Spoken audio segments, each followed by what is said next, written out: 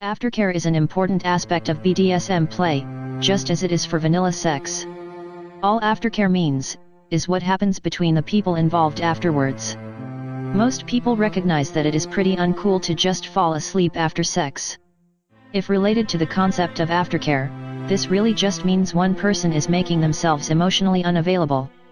After most acts of intimacy, even if it is primarily a physical act, humans generally feel emotions to some degree, whether they choose to acknowledge it or not. Further, like all social interactions, most people learn from their experiences. Generally, they come to understand that the build-up to, and the wind-down from sex, are integral to the overall experience. Indeed, if you get the start and the end right, the sex itself is often a lot better.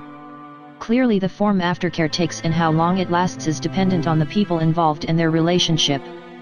But it also has a lot to do with the activities involved. One of the exciting but also challenging things in BDSM is being pushed beyond your comfort zone. Even when you want this to occur, and it is done safely and with consent, you can't always be sure of the outcome. A core component of BDSM is to challenge belief structures and value systems. This can go to the core of who a person is emotionally, psychologically, and spiritually. During some play, people can be triggered unexpectedly, particularly if they have unresolved issues that they are not yet consciously aware of. And even if people are aware of their sensitivities, it doesn't always follow that their reactions in play are fixed. It also doesn't follow that their responses to the play afterwards will also be fixed. This is where aftercare in the BDSM context is vital.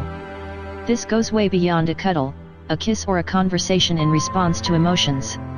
This is where the people involved need to be responsible to themselves and each other. It is in this situation where misunderstandings and accusations can arise. S-types who are not ready to be challenged to that degree, even if they thought they wanted to, can, and do seek refuge in denial.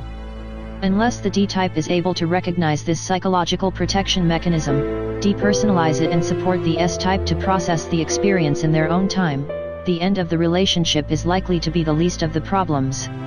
BDSM can be lots and lots of fun, and it can just be about sex. But it also is, and can be, a lot more.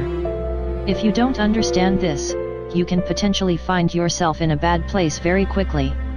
Like all sex, it really depends on what you want to do, who you want to do it with, and how much effort you are prepared to put in, both for yourself and the other person. If the amount of effort is not matched between you, you may need to renegotiate the extent of play or reconsider playing at all.